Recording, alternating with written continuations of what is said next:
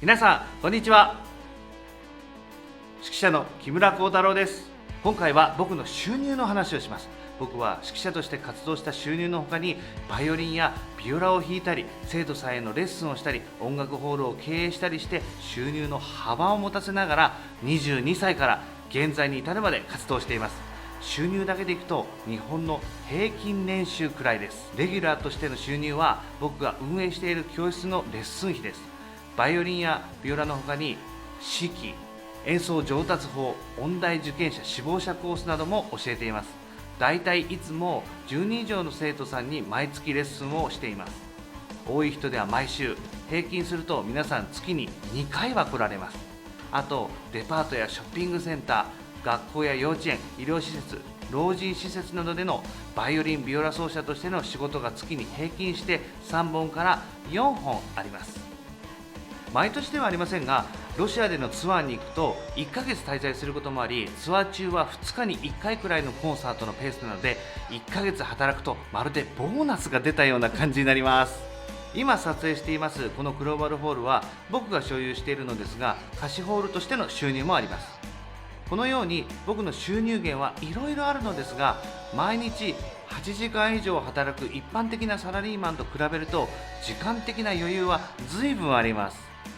空いた時間で執筆したり YouTube の撮影をしたり、さまざまな業界の方との交流をしたりしながら自分を高めるための自由な時間が取れるということは素晴らしいと感じています。ではどうしてこのような仕事のやり方をするかというと、指揮者やバイオリン・ビオラ奏者という仕事を通してたくさんの人にクラシック音楽を身近に感じてもらい、私たちのような音楽家がいることを知っていただきたいからなんですね。そして音楽家の活動環境がもっと豊かになれば、これからクラシックを始めようとする人も増えるでしょうから、日本のクラシック業界はもっと発展すると思うんです。そうなるためにクラシックファンの裾野を広げ、後進への教育にも力を入れていきたいと思っています。クラシックのファンの層は全人口の 10% にも満たないと言われます。でも逆に考えると、今後ファンになる可能性がある人が 90% 以上もいるということになります。僕はポジティブなので、そこを開拓したらいいじゃないかと思っちゃうんですよね。クラシックっていうだけでなんか敬遠されがちですが、音楽はどんなジャンルでも身近に演奏すると感動していただけるものです。なぜ芸術やクラシック音楽が必要なのかという方程式が解ければ、支援してくださる方も増えると見込んでいます。日本は欧米と違い、音楽家個人を見て直接評価するよりも、その人がどんな経歴を持っているかが評価の対象になっているような気がします。無名の人が素晴らしい演奏をするよりも、有名な人が演奏した方が素晴らしいと思ってしまうような風潮です。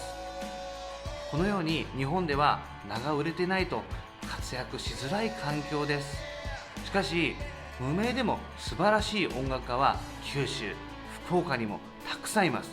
もっと僕らのようなマイナー音楽家が身近に感じてもらえるようになると、その価値観も変わってくるかもしれません。価値観が変わることで、私たちのようなマイナー音楽家を応援したいと思っていただける方も増えてきて、活動機会も増えるはずだと考えています。海外で活動したりコンクールを受けたりして福岡には住んでいますが、世界でも活躍できる指揮者として認知してもらうことは大切なので、そういう活動は続けますが、ファンの方にできるだけ身近に僕を感じてもらえることが最も大切な要素だと思っています。そして大好きなこの福岡からそういう環境を作っていきたいと考えたんです。実はそのためにこの YouTube を始めることに決めたんです。僕は福岡で子どもオーケストラの指揮などもやっています。そんな子どもたちが将来音楽家になりたいと思っても、福岡では音楽の仕事がないとなると更新が出てこなくなってしまい、将来福岡のクラシック界は衰退をしてしまいます。未来の音楽家が将来